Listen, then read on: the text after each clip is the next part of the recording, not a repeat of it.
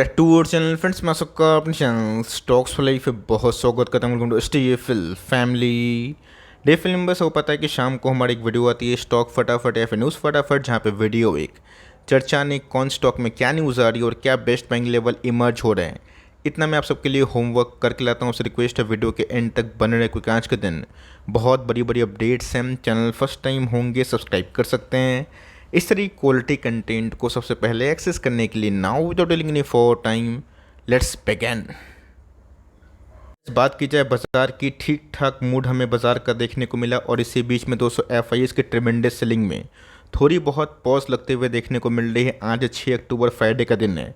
FIS ने महज 90 करोड़ के आसपास ही माल को बेचा है, लेकिन DS की बात की जाए, जिसको हम लोग म्यूचुअल फंड कंसिडर करते हैं, उन्होंने कहा तकरीबन 800 करोड़ के आसपास माल को परचेज़ किया है। तो जिनका जितना ये आंकड़ा छोटा होगा या फिर पॉजिटिव होगा, उतना ही दोस्तों बाजार में जो स्ट्रेंथ एक महीना से गायब है फिर से वापस आते हुए दिखाई दे सकती है। गैस अभी तक का जो महीना का रुझान हमें देखने को मिल रहा है, अक्टूबर महज 6 दिन हुए हैं, उसके बाद वीकेंड्स होगा और साथ ही साथ दोस्तों नेक्स्ट वीक से भरपूर एक्शन होगा। कोई वीडियो को दोस्तों मिस मत करिएगा, बिकॉज नेक्स्ट वीक से वेरियस कंपनी के आने वाले हैं क्वार्टरली नंबर्स और वही डिसाइड करेंगे FIS का मूड। अभी तक की बात की जाए तो FIS ने गैस 1 बिलियन के आसपास 6 दिन में ही बेच दिए हैं, जहाँ पे DS ने माल तो परचेस किया है बट FIS की तुलना में काफ़ी कम परचेस किया है। बीच में गैस एक दिग्गज कंपनी हमें देखने को मिलती है, जिनके BOD की बात की जाए बोर्ड ऑफ डायरेक्टर्स ने इसके पहले 4:1 का बोनस अनाउंस किया था। अब दोस्तों हमारे सामने फाइनली उनके रिकॉर्ड डेट देखने को मिल चुके हैं, 17 अक्टूबर।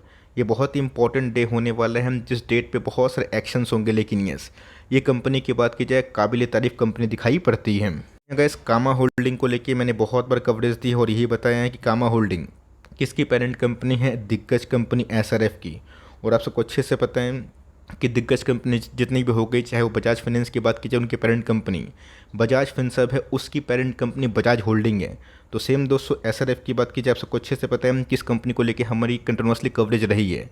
कामा होल्डिंग भी एक बहुत ही अच्छा पिक है। ऑफकोर्स जब से कैसे बोनस की अनाउंसमेंट हुई है ना, तब से ये स्टॉक 11,500 से 15,500 16,000 के आसपास ट्रेड कर रहे हैं। शॉर्ट टर्म जो पोजिशनल ट्रेड का मौका था वो हाथों से निकलता हुआ देखने को मिल रहा है। ऑफकोर्स गैस आप चाहें तो इधर पे प्रॉफिट बुक का विचार कर सकते हैं, अगर आपने सिर्फ और सिर्फ बोनस की लालच में लिया था और अच्छा खासा गेन 20-25% के आसपास 30% के आसपास गेन मिल रहे हैं। ये बहुत ही अच्छी बात है। बिकॉज रही बात कंपनी के फंडामेंटल्स की, वो तो बहुत ही दिग्गज हमें देखने को मिलता है। और पिछले कुछ समय से हम भले ही SRF में थोड़ी होल्डिंग कंपनी की बात की जाए उस तुलना में थोड़े कम पैसे बने हैं, बट यस ये कंपनी की बात की जाए एडजस्टमेंट होने के बाद आप विचार कर सकते हैं। थोड़ी बहुत करेक्शन आएगी तो ठीक है, पार्शियल प्रॉफिट बुक करना चाहें तो वो भी ठीक ठाक न्यूज़ हमें देखने को मिल सकती है, ठीक ठाक डेवलपमेंट होगी और ठीक ठाक एक्शन ही होगा। तो company fundamentally long term point of view की अगर आप रखना चाहते हैं 5 ईयर्स के लिए, तो कैसे आप आराम से कैरी ऑन कर सकते हैं। बीच में दोस्तों मैं जल्दी ही केमिकल्स को लेकर कुछ इंपॉर्टेंट वीडियो बनाऊंगा, जहां पे दोस्तों ये अगर आप चार्ट देखें तो केमिकल की बहुत से डेरिवेटिव्स की बात की जाए, सोडा एस, फिनॉल, पाम, रही बात दोस्तों एसिटिक एसिड, कॉस्टिक सोडा, सब में कुछ ना कुछ डेवलपमेंट हमें देखने को मिल रही है। आप सबको अच्छे से पता है कि मार्केट में केमिकल सेंटीमेंट काफ़ी डाउन हमें देखने को मिल रहा है, लेकिन एक चीज़ काफ़ी डेवलप होते हुए देखने को मिल रही है। पीछे से केमिकल कंपनी ने भी अपने मटेरियल्स के, अपने प्रोडक्ट्स के प्राइस को राइज कर दिए हैं। तो फिनोल्स एसीटोन की बात की जाए, इसकी दिग्गज कंपनी दीपक नाइट्राइट है, वो 214% अब हमें देखने को मिल रहा है और 8.5% हो गया इस मंथ ऑन मंथ। ये इंडिकेट करवाता है कि आने वाले क्वार्टर में इनके नंबर्स जो बहुत हद तक डेंट हुए थे उसमें हमें एक पॉजिटिव डेवलपमेंट देखने को मिल सकती है। और यही रीज़न की वजह से डिज़ास्टर नंबर गैस Q1 में थे, उसके बावजूद भी दीपक नाइट्राइट ने उस लेवल से 15-20% के आसपास इजाफा दे दिया है। पता है कि बहुत लोग मुझसे पूछेंगे सर आपको वो इमेज कहाँ से मिली है। तो ऑफकोर्स का सोशल मीडिया में बहुत स्क्रॉल करता हूँ, किस पॉइंट ऑफ व्यू से कि न्यूज़ निकले मैं आप सब तक कन्वे करूं। और यही रीज़न है इसकी मार्केट फ्यूचरिस्टिक होता है। मार्केट को लगता है कि आने वाले कल में नंबर्स ख़राब होंगे तो पहले ही news discount in price in होती है। इसीलिए इस ख़राब नंबर्स के बावजूद भी दीपक नाइट्राइट में 1800 का लेवल इमर्ज हुआ था आज से 3 महीना पहले, बट अभी के टाइम 21-2200 के लेवल पर चल रहा है। अगर पॉजिटिव डेवलपमेंट होती है तो मेरा ऐसा मानना है कमेंट्री बहुत ही हद तक निर्भर हो सकती है। बात कंपनी के फंडामेंटल्स की, मुझे कोई भी ख़राब दिखाई नहीं पड़ता, कंपनी सॉलिड है। आप सबको अच्छे से पता है कि एक बार में इंटायर सेक्टर नहीं भागता है। आज IT और केमिकल्स की बात की जाए वो डाउन साइकिल में हमें देखने को मिल रहे हैं, बैंक NBFC अप साइकिल में। इसका मतलब क्या हुआ कि धीरे धीरे 2-3 साल के बाद साइकिल फिर से रिपीट होता है और ऑप्टिमिज्म नेगेटिव सेंटिमेंट में भी कन्वर्ट होता है और नेगेटिव पेसिज्म पॉजिटिव सेंटिमेंट में कन्वर्ट होते हैं। इसका मतलब ये नहीं है कि आप वेरियस कंपनी को अपने पोर्टफोलियो में रखें तो हर एक डाउन साइकिल में आप उसको बेच दें, वहाँ दोस्तों एवरेजिंग करने का मौका बन सकता है। रही बात कंपनी की, तो Q2 के नंबर्स देखेंगे, लेकिन यस प्राइस में गए जो रॉ मटेरियल प्राइस की बात की जाए वो थोड़ा सस्ता हुआ है। ऑफकोर्स इनके जो प्रोडक्ट्स हैं उनके महंगे प्राइस से हो सकता है कि आने वाले कल में जो मार्जिन काफ़ी ख़राब दिख रहे थे उन सब में संभावना है कि थोड़ी बहुत तेज़ी आ जाए। बहुत लोग मुझसे कमेंट बॉक्स में पूछ रहे हैं कि सर RR केबल के बारे में क्या आपका व्यू है। कंपनी हाल फिलहाल में लिस्ट हुई है और बहुत ही स्ट्रॉन्ग लिस्टिंग डेब्यूट हमें देखने को मिल रहा है और कंपनी में काफ़ी पोटेंशियल है। मेरा क्या व्यू है, तो ऑफकोर्स इस कंपनी की लिस्टिंग काफ़ी मजबूत हुई और कंपनी पिछले कुछ समय से एक तरफा रैली भी कर रही है। इस कंपनी के फंडामेंटल्स देखें मुझे काफ़ी इंप्रेसिव लगे, लेकिन दोस्तों जो ड्रॉबैक है वो मैं आपको बताना चाहता हूँ। बुल मार्केट में कोई भी IPO आता है उसको लेके काफ़ी क्रेज़ बनता है, लेकिन दोस्तों 90 के PE के लिए मैं 16,000 करोड़ के आसपास की मार्केट कैप वाली कंपनी को मेरे हिसाब से मैं इसको अवॉइड करना पसंद करूंगा। यस, रही बात ऑपरेटिंग मार्जिन की जो बहुत ही ह्यूज नहीं है, 11% के आसपास है। यही दोस्तों जो एक नेगेटिव पॉइंट ऑफ व्यू है मेरे साइड से, इनके लो ऑपरेटिंग मार्जिन्स और हाई प्राइस ट्रेंडिंग देखना बनता है कि आने वाले कल में सस्टेन करेगा या फिर हमें गिरावट देखने को मिलेगी। अभी के टाइम दोस्तों मैं इसको अवॉइड ही करूँगा। रेस्ट आपकी मर्जी की बात है। IPO मिला है तो ऑफकोर्स रैली इन्जॉय करे जब तक स्टॉक भाग ही रहे। रही बात फ्रेश एंट्री की, मैं अवॉइड करने की सलाह दूंगा। कंपनी ख़राब नहीं, कंपनी मैं फिर से बोलना चाहता हूँ काफ़ी सॉलिड है, प्रॉफिटेबल भी है, स्ट्रॉन्ग प्रमोटर होल्डिंग है। बट प्रॉब्लम क्या है कि मुझे गैस ऑपरेटिंग मार्जिन्स काफ़ी डाउन दिखाई पड़ रहे हैं। उनके पीयर्स में गैस OPM कुछ ज़्यादा अच्छा दिखाई देता है। CS की बात की जाए तो ऑफकोर्स गैस एक शानदार कंपनी हमें देखने को मिलती है और ऑफकोर्स निफ्टी 50 का एक डायमंड शेयर है जिसको हमने बीच में बहुत बार कमेंट्री दी जब इस कंपनी में इन्फोसिस में बड़ी बड़ी फॉल देखने को मिली। अभी तो गैस TCS ने 11 तारीख को अपने Q2 के नंबर्स को देने का फैसला किया और साथ ही साथ बड़ी बाईबैक की न्यूज़ हमें जल्दी ही उसी दिन दिखाई दे सकती है। बाईबैक क्या होता है, एक ऐसी एक्टिविटी जहां पे कंपनी के प्रमोटर्स अपने ही शेयर को महंगे भाव पे खरीदते हैं पब्लिक द्वारा। तो जी हाँ कैसे, इसके पहले भी आपको याद होगा 4,000 के ऊपर TCS के बाईबैक हमें देखने को मिली थी, जो बहुत ही अद्भुत बात थी। अब TCS की बाईबैक की न्यूज़ इतना इंपॉर्टेंट इसलिए हो जाती है बिकॉज कंपनी पैसा खर्च करने के लिए ओके हैं, तो सेंटीमेंट फिर से ठीक ठाक होता हुआ देखने को मिल सकता है। और आपको याद होगा जब दोस्तों मेरा बेरिश स्टांस था IT को लेके, उस समय काफ़ी लोग बुलिश थे और जब दोस्तों मैं IT में बुलिश हुआ, आपको याद है हाल फिलहाल में ही आज से 6 महीना पहले जब मैं कंटिन्यूसली बेसिस पे इन्फी बहुत सारी IT कंपनी को लेकर कवरेज देना स्टार्ट की, जहाँ पे गाइस मुझे लगा कि ये बहुत ही अच्छा हमें मार्जिन दे रहे हैं। उससे बहुत सारी कंपनीज 20% चढ़ चुकी हैं, तो कंपनी फंडामेंटली अच्छी है। सिर्फ बाईबैक की लालच से निवेश करिएगा तो वही फंसने वाली कहानी होगी। लेकिन ये long term point of view से अगर आप इसको होल्ड करते हैं ना, आपने देखा कि बजाज फाइनेंस ने क्या कांड किया, लोग इतने नेगेटिव न्यूज़ छापते ही रह गए और पीछे से गाइस बजाज फाइनेंस ने लाइफ टाइम हाई को हिट किया। पेशेंस रखिएगा तो ही पैसे बनेंगे, उछल कूद कर कोई फ़ायदा नहीं है। अपने स्टॉक पे भरोसा करना सीखिए। गाइस मेरी कमेंट्री टाइटन को लेके होगी, फ्रेश एंट्री में अवॉइड करने की सलाह दूंगा। लेकिन ये जिनको दोस्तों हमारे साथ बीच में घुसने का मौका मिला 1900, 2000, 2200, 2400, 2500, 2600, 2300, मैं उनको बोलूँगा कि स्ट्रांगली होल्ड करें बिकॉज टाइटन की बात की जाए एक जेम स्टॉक है और पिछले कुछ समय से इस नंबर से बैक टू बैक काफ़ी अच्छे आ रहे हैं। कभी कभी इस नंबर्स ख़राब होते हैं तो बहुत सारे डाउनग्रेड हो जाते हैं। लेट RJ सर का गाइस ये कंपनी एक गेम चेंजर था जहाँ पे RJ सर ने इस कंपनी बहुत पैसे बनाए। रही बात कंपनी की फ्यूचरिस्टिक व्यू की, तो मुझे लगता है कि इसकी लॉन्ग लास्टिंग है बिकॉज कंपनी जो प्रोडक्ट में काम करता है लग्जरी, वो बहुत ही अच्छे से गैस ग्राउंड में काम कर रहा है। और फेस्टिव सीजन में मैं कोई भी गैस रिटेल सेगमेंट के स्टॉक्स को लेकिन उन बेचने की सलाह नहीं दूंगा। उल्टा आप चाहें तो जहाँ पे MOS मिल रहे हैं QSR में, टूर्स एंड ट्रैवल्स में, उन सब पे फोकस करें जो हाथ से निकला है लेटेड को।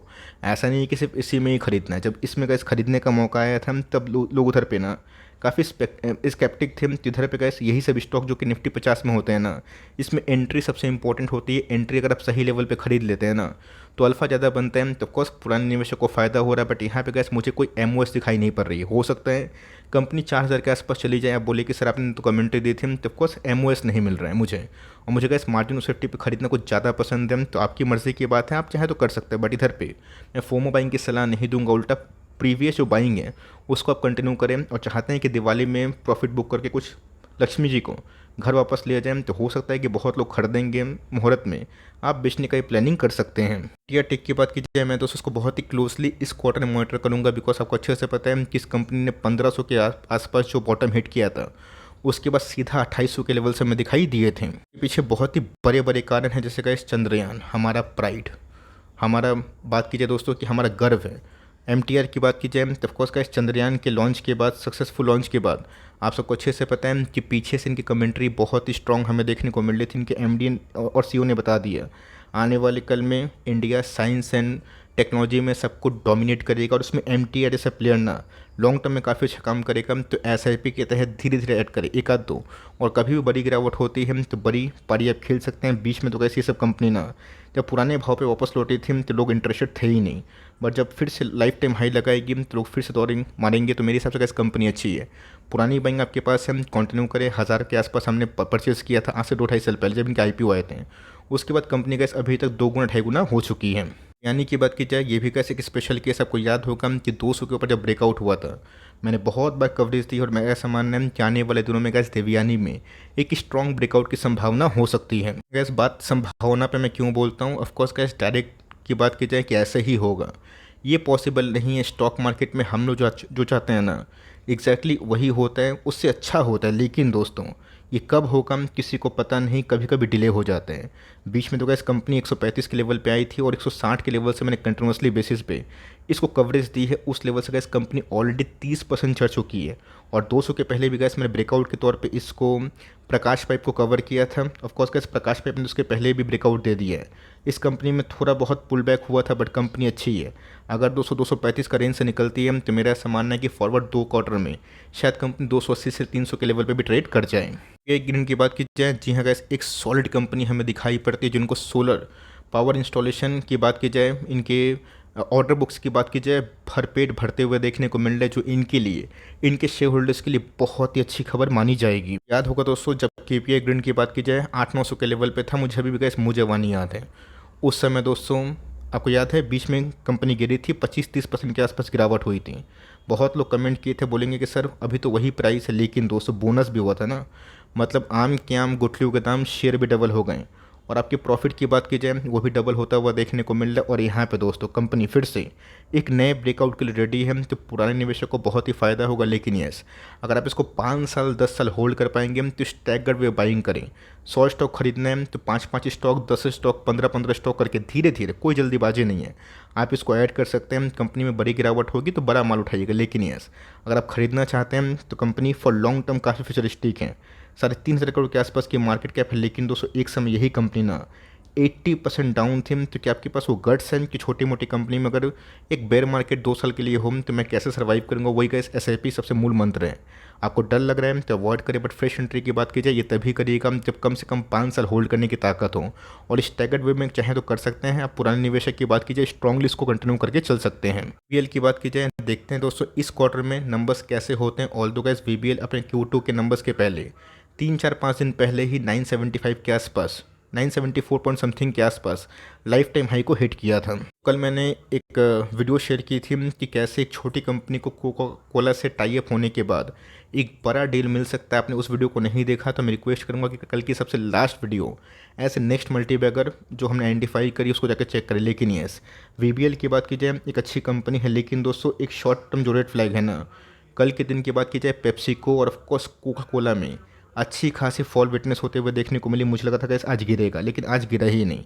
अब देखते हैं कि कंपनी के नंबर्स कैसे हमें देखने को मिलते हैं। और इस कंपनी का इस आईपीओ के बाद ना लोगों को मालामाल किया, और 2020 के कोविड के बाद एक तरफा रैली है, तो कभी कभी इस रैली पॉज होती है ना, इसे घबराइएगा मत, बिकॉज मुझे लगता है कि आने वाले 10 सालों में इस कंपनी में इनफ पोटेंशियल है जो यहाँ से भी एक बहुत बड़ी कंपनी बन सकती है। एल1 की बात की जाए, ये भी कैसे एक शानदार कंपनी हमें देखने को मिलती है। आज तो इनके बिजनेस अपडेट भी हमें देखने को मिले जो बहुत ही स्ट्रॉन्ग हमें देखने को मिलते हैं। आपको याद होगा दोस्तों बीच में 1000 का लेवल था, और वहाँ से गैस आज के हाई की बात की जाए 2042, जो इस कंपनी के लाइफ टाइम हाई हमें दिखाई पड़ते हैं। गैस आपको याद होगा तो प्लीज़ कमेंट बॉक्स में बताइएगा कितने बार कवर किया था, कितने बार। मुझे याद है गैस एंजल1 के पीछे मैं एकदम पड़ा हुआ था, बिकॉज कंपनी मुझे अच्छी लग रही थी। वैसा नहीं कि मैंने आपको डायरेक्टली स्टॉक एडवाइस दी थी, ये गैस मेरे हक में नहीं है, बिकॉज आपको पता है कि कुछ रूल्स एंड रेगुलेशन है, कुछ चीज़ आपके हक में होती है, मैं आप पे छोड़ता हूँ। आपकी भी गैस रिसर्च उतना ही इंपॉर्टेंट है, बिकॉज आप मेरा आइडिया ले सकते हैं, बट कन्विक्शन कैसे बोरो करेंगे वो गैस आपको खुद डेवलप करने की आवश्यकता है। सीधा दोस्तों इस लो से ना लोग बोलते हैं कि पैसे नहीं बनते मार्केट में, और यहाँ पे दोस्तों 5 साल का पैसा ना 6 महीना बना। कि आपके पास वो कन्विक्शन था, जिनके पास था उनके तो पैसे बन रहे हैं। मैं बोलूँगा कि इसको होल्ड करें, बिकॉज मुझे लगता है कि 2000 के ऊपर सेशन करने के बाद कंपनी आराम से नेक्स्ट दिवाली के पहले शायद 3000 के लेवल्स देखने को मिल सकता है। रही बात फ्रेश एंट्री की, अवॉइड करें। नो मैटर वॉट दोस्तों, गलत भाव पे कोई भी शेयर को खरीदने से पहले 100 बार सोचें। जब तक मार्जिन ऑफ सेफ्टी ना मिले या फिर थोड़ा मार्जिन ना मिले तब तक गैस खरीदना थोड़ा बहुत रिस्की हो सकता है। लैल पैथलैब की बात की जाए, बहुत लोग कमेंट बॉक्स में पूछते हैं सर इसका क्या होगा, बिकॉज पिछले 2 साल से कंपनी उतना अच्छा परफॉर्मेंस नहीं की है। ये बात भी सच है, बिकॉज आपको पता है कोविड में गैस ये कंपनी बहुत ही अच्छा परफॉर्म कर रही थी, उसके बाद सडन हमें ड्रॉप डाउन देखने को मिला, बिकॉज टेस्टिंग करके कंपनी अच्छा पैसा कमा रही थी। लेकिन यस, कंपनी के फंडामेंटल्स काफ़ी अच्छे हैं, काफ़ी ह्यूज एक्सपेंशन प्लान है। इंडिया की आबादी की बात की जाए, इंफ्रा की बात की जाए, हेल्थ केयर अभी भी गैस उस लेवल पे नहीं है। आने वाले कल में इंडियन गवर्नमेंट को अपने हेल्थ केयर को और भी इम्प्रूव करने की आवश्यकता पड़ सकती है, और ये गैस आने वाले 5 ईयर्स 10 ईयर्स का थीम है। ये सब कंपनी में जब पैसे नहीं बनते हैं, लोगों को लगता है कि बनेंगे ही नहीं, और जब भागते हैं पैसे तो बहुत अच्छे बनते हैं। कंपनी अच्छी है, 5 ईयर्स के पॉइंट ऑफ व्यू से यहाँ से आराम से धीरे धीरे SIP के तौर में बाइंग किया जा सकता है। थोड़ा टॉप में लिए तो मेरा ऐसा मानना है कि तसल्ली से वेट करें।